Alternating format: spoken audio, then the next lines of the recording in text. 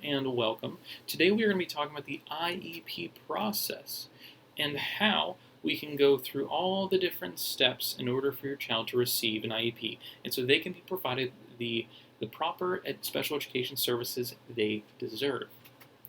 Now, after looking at your brochure, you probably have some questions about all the different ways, all the different things we need to do in order to reach the end of the IEP process. We're going to be going over that right now. So the first thing is a referral. Now, a referral is usually a request for special education evaluation. And this is usually started by either a parent, a teacher, or other professional staff. And of course, this referral will always have basically a certain amount of time for it to be completed. So once you or a teacher sends that referral, the school district has a certain amount of time in order to create a plan of evaluation. And they will also give you that information as well, because the parents are the other half of this whole ordeal. Parents and teachers have an equal amount of responsibility and rights when talking about your child's needs. So the referral will be sent in, and then you'll receive a plan of evaluation. You will then sign off on that plan, and that will basically start the testing of your child. Now, the testing is an evaluation done by a qualified school district personnel, and they will determine if your child needs special education services. This is usually also done by the school psychiatrist. It can be done by the language and speech therapist, or the occupational and physical therapist, or others if need be. Once we have evaluated your child and we've seen that they need special education services, then we will meet together for an IEP meeting. The IEP meeting is very important because that's where we will discuss and we will find out what are the problems and what are the goals that we need to work towards. So during the IEP meeting, each of the individuals involved need to provide information, because the more information that's provided, the more we can look towards, the more goals we can place in order to benefit that student.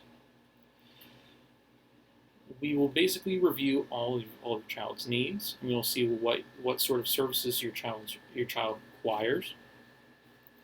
And we will be able to then work from that and see what else we might need to do, and see if we need to establish other meetings in order to fully understand what sort of services your child needs.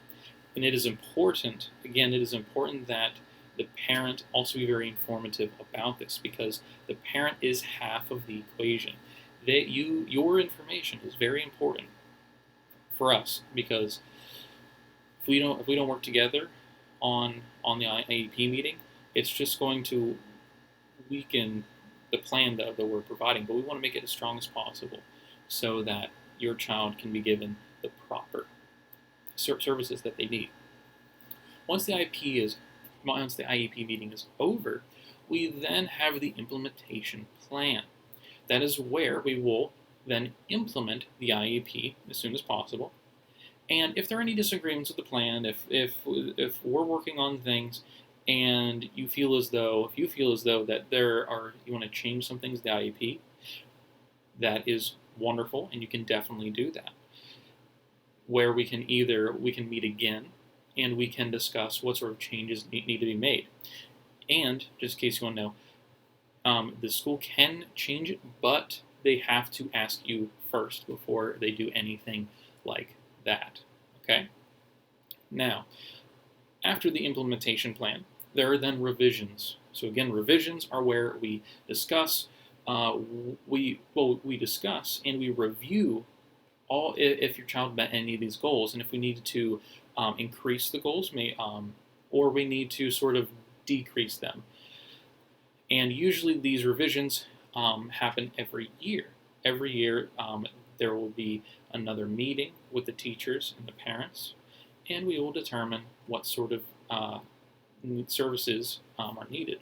And also usually every 3 years, that's where we will actually reevaluate your child to see if special education needs are still, well, needed.